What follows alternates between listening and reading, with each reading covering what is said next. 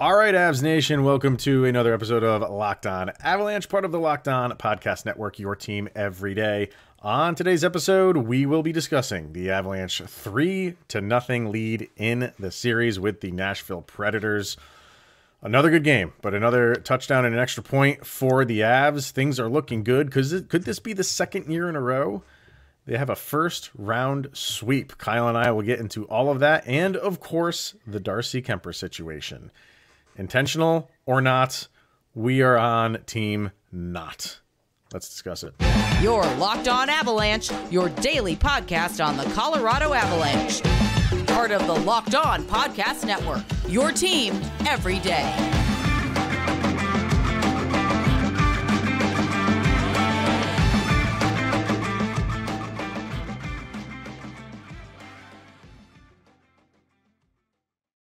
All right, everybody. Welcome to the Locked On Avalanche podcast, part of the Locked On Podcast Network. Your team every day. I'm your host, Chris Maselli. With me, as always, Mr. Shaggy Von Doom, Kyle Sullivan. Thank you for making this your first listen of the day. That is always appreciated. Follow the show on social media outlets, LOPN_Avalanche on Twitter, Locked On Avalanche on Instagram. Questions, comments, concerns, opinions, lockedonavalanche@gmail.com. And follow the show on our YouTube channel. Over on YouTube, hit subscribe, get notified when a new show goes live.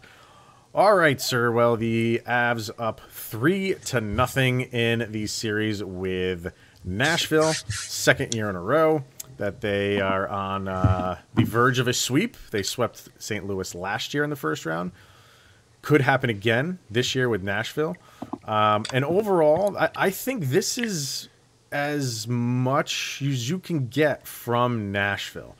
They fought back. They fought hard. They played their game, their very physical type of game, and the Avs stood there and took it and then battled back against them and pushed back against them. They've never trailed in this series. That's crazy. So overall thoughts on Game 3? Yeah, you mentioned like you're getting all that you're going to get from Nashville. I think this is the most complete performance you've gotten out of Colorado to date. Like, this is 3 games in a row of just incredible effort. Like, even the Ingram game where he stood on his head and was crazy in game 2. Like, the Avalanche had a really, really good game and a really good effort. And in game 3, the scoreboard tells the truth. Like, the Avalanche are just the far superior team in literally every aspect of the game. And this is what you want to see. And like, you're rolling into game 4 with so much confidence in this team. Like, this should be a open and shut case. Well, you predicted when we had the crossover that they would lose game 4. Mm-hmm. And then they'd be up 3-0. They'd lose game 4, then go back and finish it off game 5. Have you changed your mindset now with the way that this series is going and the way that the Avs are playing? It is total dominance. Like, even in the overtime 2-1, complete dominance in that game. And we were talking about how that, is this going to be one of those games where they are in control the entire time and then just lose it because that's the bounces of hockey. But no, they won that, and then it took them a little bit of time to get going, and because you're on the opposing team's ice, you got to get that like feeling out factor. Mm-hmm. And once the Avalanche took control of the game, they did give up. They didn't give up the lead, but Nashville pulled even. But then they just did what they've been doing, and took control again, continued to play their game, and retook the lead. So I'll go back to my question. Has your mindset changed? Is this now going to be a sweep and not a 5-game series, says Kyle Sullivan? Well, I did my whole Doctor Strange and saw all the timelines, and I saw the Darcy Kuemper thing coming. No, oh yeah. That is unfortunate, and honestly, in that situation, like, this is a situation. I also said we should have put Frankie in. If we did, this never would have happened. Oh, there we go. Okay. But you don't know. Like, Frankie, he started out kind of shaky and really tightened up towards the end of game 3. This, honestly, if Darcy's 100%, you have a feeling like this is going to be the Frankie show. And they called up Justus Annunen. yesterday. So yeah, I mean, I think that's just precautionary, just in case. But whatever. you'll have Frankie, Miska, and Eustace hanging out in Bridgestone. Hey, there's available seats, so he can go sit up there and wait man. for his turn. And We'll maybe get to that this will be the one where Nashville kind of puts it all together. Would we see Saros in Game 4? I don't know, but Well, this, I mean- you feel like this is their last, like the last effort of a dying animal. Like, that's the predicament that they're in right now. If Saros is good enough to go, I feel like you play him. Like, he is your horse. And then you have to take the mindset of, like, the series isn't over yet. It's 3-0. It's been completely one-sided. But it's been one-sided when you don't have one of the best goalies in the league in there. So, but if he's still not 100%, but he's close to it, I think you give him a go and you put him in there. And even I had said, you know, with Ingram in his Game 2 performance, that what I thought happened. They put him in for Game 3, give Saros a little bit extra time. And what happened? Like we said, if you were to play the very next day after Game 2, everything's still the same, including Ingram and goal, you might have a completely different outcome in that he's not going to be standing on his head like he was in Game 2.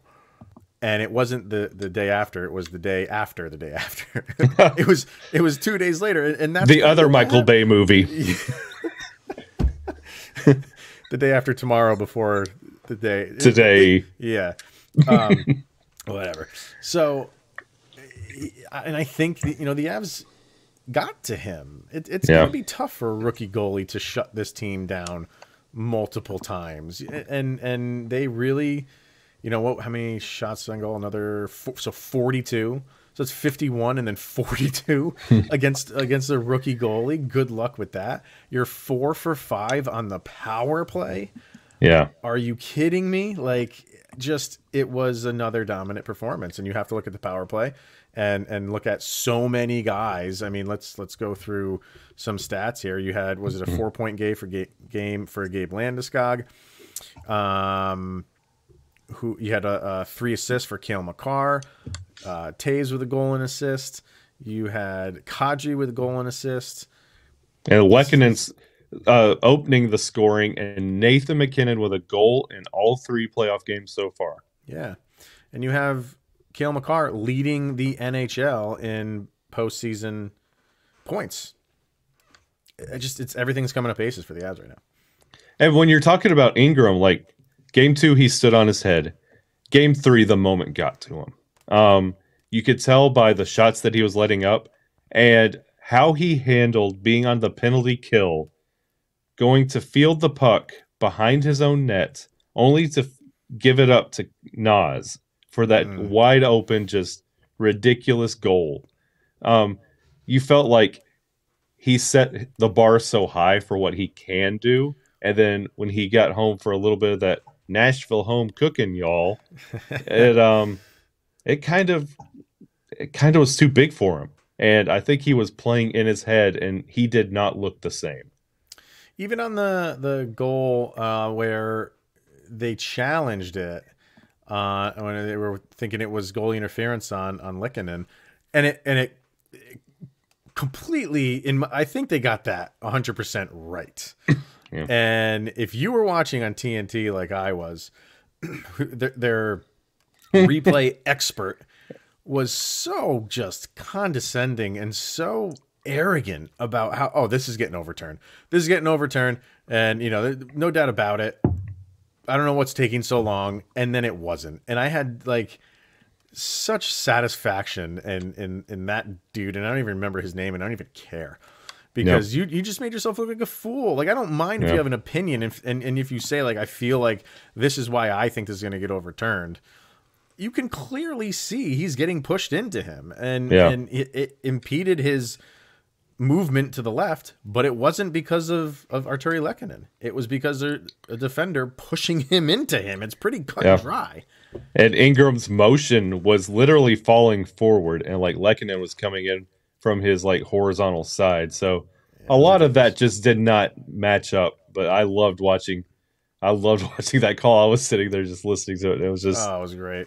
In my head, beautiful. I'm like, I mean, he kind of makes you feel like, oh God, like this is really going to get overturned. You know what I mean? Like for like the average person watching that game, or the average fan watching that game, just saying like, oh, this guy knows his stuff. I guess it's going to get overturned. And I'm sitting there and I'm like, and again, you do know if it is going to get overturned with the way that, who knows what they call these days. But I'm sitting there watching that saying, that doesn't look like that's interference to me. And in the back of my mind, I'm like, I really hope it's not, so this dude can eat crow. Yeah. And it was very satisfying for that to happen. Ironically enough, it's a goalie interference call that kind of mirrors what we had in Game 2 that we kind of questioned Bednar for. Now we could question Nashville for. And at that time, like, we started out 4 for 4 on the power play. So unreal. Why you would put Colorado back on that very hot power play in that moment was just ridiculous. Yeah. All right. Well, let's hear from BetOnline, and then we will talk about what everybody is talking about, and that is the Johansson stick into the mask of Darcy Kuemper. I know there's a big groundswell of people thinking that this was 100% intentional, and Kyle and I just are not going down that road whatsoever. No. So, but first, betonline.net. It's your number one source for all of your betting stats and sports info. Find all of the latest sports developments, league reviews, and news, including this year's basketball playoffs, Major League Baseball. And who did you have for the Kentucky Derby? I know you didn't have that dude that won. No, I did not. I didn't get to make a pick. I was at an 8-year-old birthday party. Oh, okay. All right. Well, I wish I had a horse in the race. I think a lot of hockey fans would have had Messier in this thing, but that was a good pick. That was a good pick. Not to be. So, BetOnline is your continued source for all of your sporting wagering information, from live betting to the playoffs to esports and more. And head to the website today to use your mobile device to learn more about the trends and the action. BetOnline.net, where the game starts. All right, sir. The big news: Darcy Kuemper taking a stick through the mask looked horrible because he the mask is off. He's trying to skate to the bench. He just goes down, grabbing his face, and then when you see the replays, you can see that the stick is through the face mask. Very, very scary situation there, because that's just messing with a guy's vision and his eyeballs. When I first saw it, I'm like, oh my God, the chances of that happening are slim to none. It's happened to Darcy Kuemper twice now. Yeah. And I put up something that's like, I kind of felt like in the social media world, they were just going to crucify Johansson for this. And that's kind of what's happening. And there is always going to be a portion of any fan base in any sport where if something happens to their player, they are going to try to find the details of why it was intentional and why this guy intentionally hurt our player. That did not happen here. If Ryan Johansson is that technical, where he can insert the stick, the tip of his stick into the face mask of a goalie, why is he not scoring 200 points a game or a year, first of all? And second of all, people are thinking like, well, he's pushing it in more. No, what's happening there, if that stick, all right, the portion that went in is obviously the tip of his stick. When it's going into that face mask, it's just fitting in there. So the fact that it can go in there at all is amazing. It's just going to, if I throw a ball at your face, if I just act like I'm going to punch you in the face, you are going to react and go backwards. That is the natural reaction of a human being. And when you have a stick jammed in your mask and you move backwards, that stick is going with you. Yep. It's not because Johansson was pushing it further. It's because it was wedged in there and Kuemper's moving backwards and Johansson's still holding on to his stick. Guess why? Because he's trying to make a play and he's trying to play hockey. And he's holding on to it as it's going backwards. People, I get your hatred of any opponent, but these guys are not out to do that. No. The most goonish guy in the league is not out to take somebody's eyesight away from him. No. And if you look at Johansson, he's not even looking at Kemper. He's tracking the puck, and there is a image of it straight on. It's straight, and by the way, Nathan MacKinnon is on him. It's not like he had nobody on him, and he's doing this out of his own free will. He's fighting Kemper. He's fighting where the puck is, and the image that you see that's directly facing them, he's not even looking at Kemper, and he is looking where the puck is going. Yep. It's you. If you want to read someone's like body language, it's not, let me try to dig this stick into this guy's face more. It's, where's the puck? I'm trying to make a play here because I'm near the goal. Yeah. We have to have a better mindset of this. And it's a little bit disturbing, the amount of people that want to say this was intentional. I'm not buying it for a millisecond. No, and you hit all of the wonderful points. And like I brought up, it's funny how our brains work the same way. I was in the Twitter space and I said the exact same thing. I was like, if he can intentionally fit that stick in his mask, like, you have to be exactly right. Yeah. Like, he should be like a 70 goal scorer. Like, just sit there and just fire pucks at him and he could tip it however he wants. Like, you can't do that. And he wasn't looking, he wasn't paying attention. And who wants to go out there and, like, you're getting beat and the game wasn't out of hand at that point? Like, who says, okay, I'm going to take his eyes out? No one's going to do that. It's and like, sorry. And it doesn't make sense. And like again, to follow up on your point, if you want to get on to Nashville about anything, there's a laundry list of things. All 7,000 of their fans in Bridgestone. I mean, you could point at them and like all the SpongeBob seats that were there, and then in the second period they took all the shirts away and they were just blue chairs now. Right. Like, if you want to, you could joke about Nashville like crushing cars and trying to make Duchesne into an angel or whatever you want, but like there was no malice. Like, and you could see in his body language afterwards, and he didn't want that. He didn't know it happened. And I don't want everybody, just because it's playoff hockey and it's because it's the opponent of the Avalanche, if something bad happens, it's intentional, it's malicious, and we should like have a trial for this man. Look go back to last year with Nazem Kadri. And the hit that took him out for that caused him to be suspended and take him out for the rest of the playoffs. We are all sitting here defending Nazem Kadri because we knew that was not his intent. He was going for a hit. He was lining him up pretty good. He was sizing him up, and at the last minute, I don't know what happened. I remember what happened, but I don't know from his vantage point, he ended up nailing him in the head. And we are all sitting here defending Nazem Kadri because he's a Colorado Avalanche. And you go look at what St. Louis fans were saying, the total opposite. And this is reversed now because it happened to our guy. We are now, up in arms thinking that this was intentional. And this was a random stick that just happened to go. It happens. Crazy things happen. And now you have both of us sitting here having to defend Ryan Johansson for his actions. An opponent. Exactly. Like, come on now. Let's be a little bit smarter with our outcry here, because we don't need to be doing the work for Nashville. We need to be sweeping them tonight. Right.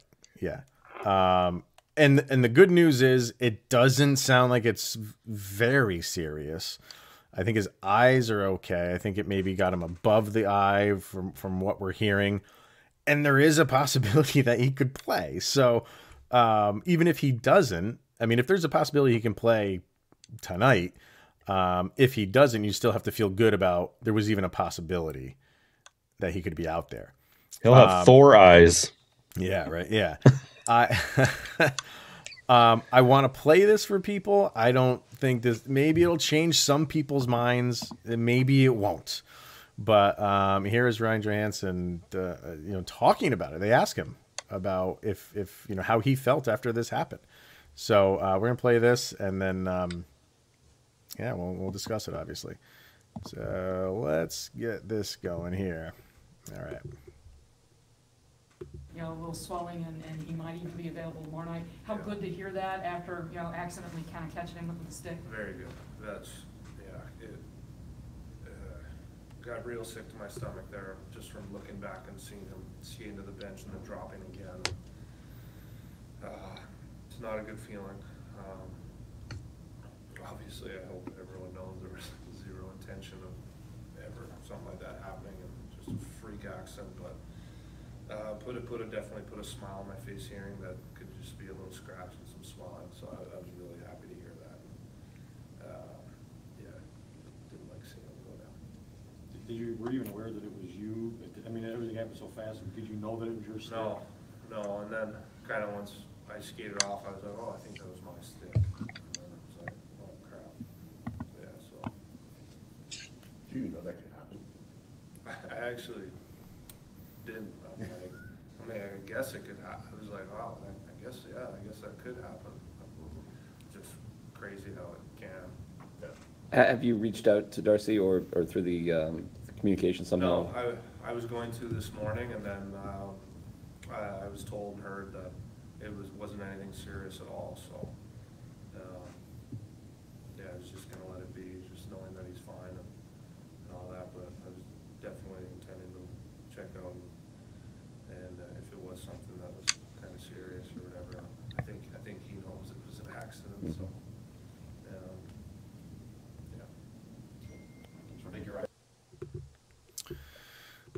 So, like I said, I mean, you even have Colorado Avalanche players coming out. Gabe Landeskog was like, no, there's no way that's intentional.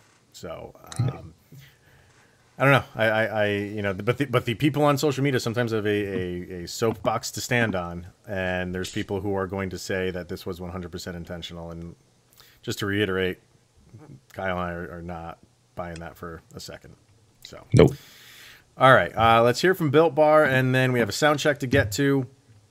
The Bridgestone Arena itself, and is Curtis McDermott coming back? That seems to be a hot topic as well. But first, Built Bar, you know it, you love it. Summer is coming, and with summer, you're going to need some food on the go, and Built Bars are the perfect snack to take with you on family vacations. Throw them in your bag, in your kids' backpacks. Make sure that everyone has a bar so you are fueled for your summer adventures. The best part about Built Bars, they are healthy and delicious. No more sacrificing delicious food for health. With Built Bar, you can have both, and it's easy. All you have to do is go to built.com and order now. Most Built Bars contain 130 calories, 4 grams of sugar, 4 grams of net carbs, and 17 grams of protein. Compare that to your average candy bar, which has about 240 calories, 30 grams of sugar, and dozens of net carbs. Go to built.com, use the promo code LOCKED15, and get 15% off of your order. Once again, the promo code is LOCKED15, LOCKED15 for 15% off at built.com. Sound checks to get to. If you follow on social media, you know what they are, but we haven't had a chance to discuss them here. If this is your first time, then you don't know what our sound check is. We pick songs that summarize the action of the most recent game with the Avs, this being Game 3, obviously, against the Predators. So, and you can follow this playlist over on Spotify. Just search LOPN Soundtrack. And anytime there's a new game, we pick songs and add them to that set list. So what do you got for Game 3, sir? The artist Blue Suede with a song that everyone knows, Hooked on a Feeling. I mean, everybody knows that beginning part. There's something about this team. There's something about the way they play and how they're putting things together. Like, after that win in Game 3, I'm good. Let's go. Like, let's keep this going. Like, this is twice hanging a 7 on them. And even in the 2-1 game, like, it felt pretty good. Yeah. Like, let's keep this going, especially how we ended the year. This is what you want. So I like it. No, it makes a lot of sense. Like and even Gabe Landeskog, when they lost, they had that nice winning streak and they had that great January, and they lose the game and he's like, it's what do you say? He goes, I don't do drugs, but yeah, it's like winning is like a drug. Yeah. And because it's a great feeling when you have a team like this. special things can happen.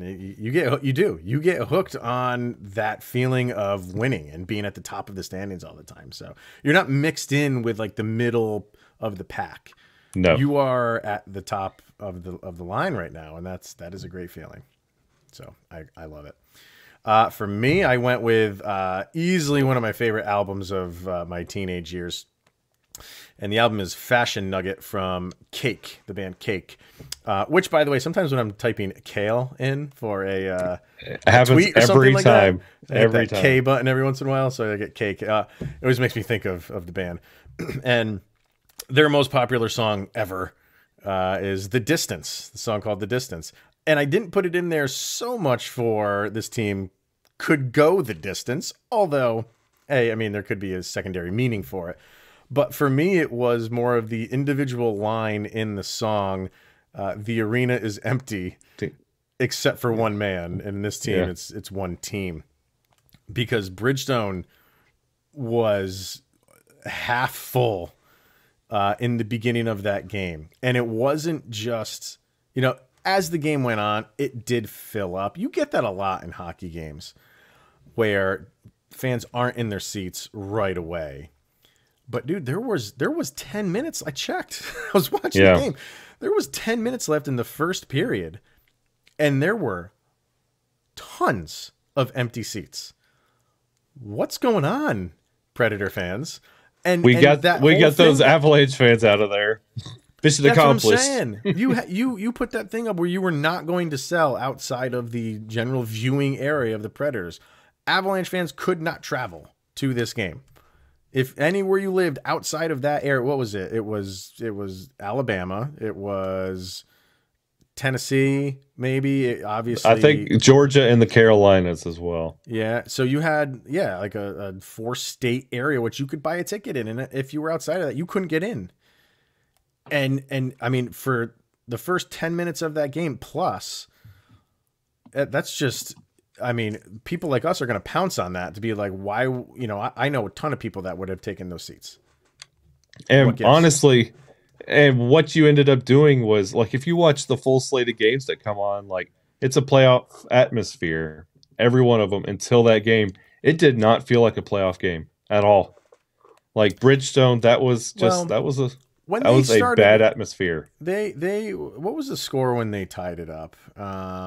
They even played all the small things. Yeah, which I've heard they do that from time to time, but they know that's not theirs. So it was 2-2, then 3-3. It was 3-3, right? Yeah, because then the Avs scored the 4 after that. It did get a little loud in there, but. I don't know. You're right. Like, what if you're the home team and you see that? You're just like, okay, like this is our first home game in the playoffs, and we're down 2-0, and we need everybody behind us, and half the arena's full. I think Nashville decided to bet on their fans and being rabid, and I think they overestimated the situation. Maybe if this was game 1, that would be a better turnout. But like, I don't know. My brother, he joined the Twitter space, and he's a Predators fan. He's like, I can't watch this. Like, as a Predators fan, that effort that you're putting up against the Avalanche and just getting mowed down night after night, why would you show up and pay $300 to walk home sad? They said, the numbers were, it was a sellout. And like I said, at the end of the game, or maybe not at the end of the game, because people were headed for the exits when it was 7-3, but, maybe the start of the third, those seats that were empty that you could visibly see on the broadcast were filled in. Now, was that people coming from the upper deck coming down? Yeah. I don't know. But they were filled up. And people do take their time getting there, but I can't understand it for a playoff game. So we'll see. I mean, we got another one tonight. Is that going to happen again? I don't know. Maybe we should reach out to the Locked On Preds guys and see if they fire up your fan base, please. As far as Game 4 goes, obviously, Avs could end this thing Monday night. A lot of people are throwing around the idea online of bringing in Curtis McDermott for this game for no other reason to just do what he does and kind of be an enforcer and make sure nobody messes with the golden jewels. I don't see any point in doing that. You're not bringing him in because this isn't like, a Rangers in the Tom Wilson situation where you're trying to find guys to deliberately go after him because he did something wrong to your players. You're not going to bring him in for the Johansson thing because that's we've established that was accidental. If you're bringing him in just as a protector because Nashville is down 3-0 and you think they just might just start throwing themselves around, okay. But I would argue that the Avalanche have been doing just fine with who they have out there right now. And if Nashville wants to do it, I'm comfortable with the players that we've been playing in the first 3 games to take care of that junk. Since we're in Nashville, I'll use vernacular that we all here can understand. If it ain't broke, don't fix it. There you go. Right. We're winning commandingly. We're doing exactly what we need to do. We have the opportunity to sweep the Predators. Why change things up by adding McDermott in the mix? What we have on the ice is fine. That's talking about Newhook too. Like, it'd be nice to see him in the game, but there's something about how these lines work together and how everybody's playing right now. I know everybody wants to see Dermy and everybody wants to see Newey. Just wait. There's a lot more playoff games to go. I want to see Newhook. I will definitely say that. I don't want to see McDermott. Not because I've been critical of him over the year, but he did improve. But you don't need him, like you said. Like this, how you've been playing these first 3 games. Why mess that up for a guy that's going to give you 4 minutes and just be there just in case? You have got like when Philip Forsberg laid that charge down, like. Avs got in there and mixed it up. Oh yeah. So this is not a team that's just gonna like sit back. Like Nico Sturm was in there. He was angry. Yeah. You're fine. You don't need Curtis McDermott to do the dirty work of the guys that are already there for the Avs. So thank goodness we have Jared Bednar deciding all this. Yeah. And not the masses. I do. Saying that I do want to see Alex Newhook, but I think like he falls in line with the if it ain't broke, don't fix it. Mm-hmm. I'm sorry, but as of right now, you're not putting him in there because you are playing exceptionally well. I think you would still play well with him, clearly. Yeah. But for right now, you just keep going with what's been rolling for you. Yeah. Pretty easy. Absolutely. So. All right. Well, I think that will wrap it up for today. Kyle and I will be back tomorrow, and hopefully the Avs can wrap this thing up and then a nice long rest because these other series are heading for 7 games. Most of them, maybe not the Edmonton one, but which actually they just started. So let me check. We've been doing this as we're finishing up. You have the King. That game just started 2 minutes in, so nothing there. Boston beat the Hurricanes 5-2. That series is tied at 2. St. Louis beat the Wild 5-2. That series is tied at 2. And the Lightning dismantled Toronto 7-3. That score sounds familiar. And that series is tied at 2. So the Avalanche win this thing. And I mean, I know Toronto and the Lightning are East Coast, but you win this thing and you're getting a nice little break here for the Avs. Are we about to have an Avalanche Lightning Stanley Cup that we wanted last year? No, because I have Avalanche Maple Leafs in the Stanley Cup final. So therefore, ergo, it cannot be the Lightning because I have made it so. All right, my everybody. bracket. Yeah. My bracket. Yeah. Which I am always horrible at. So that is completely in jest on my part. All right, everyone, that's going to wrap it up. So hopefully we'll be talking about a sweep. If not, we're still in command of this thing. Everything's okay. All right, we'll see everybody tomorrow. Thank you for tuning in and making this your first listen of the day. That's always appreciated. Go check out Locked On NHL. Get caught up on everything going on around these playoffs as your second listen. He is Mr. Shaggy Von Doom, Kyle Sullivan. I am Chris Maselli, and this is the Locked On Avalanche podcast. We'll see you guys tomorrow.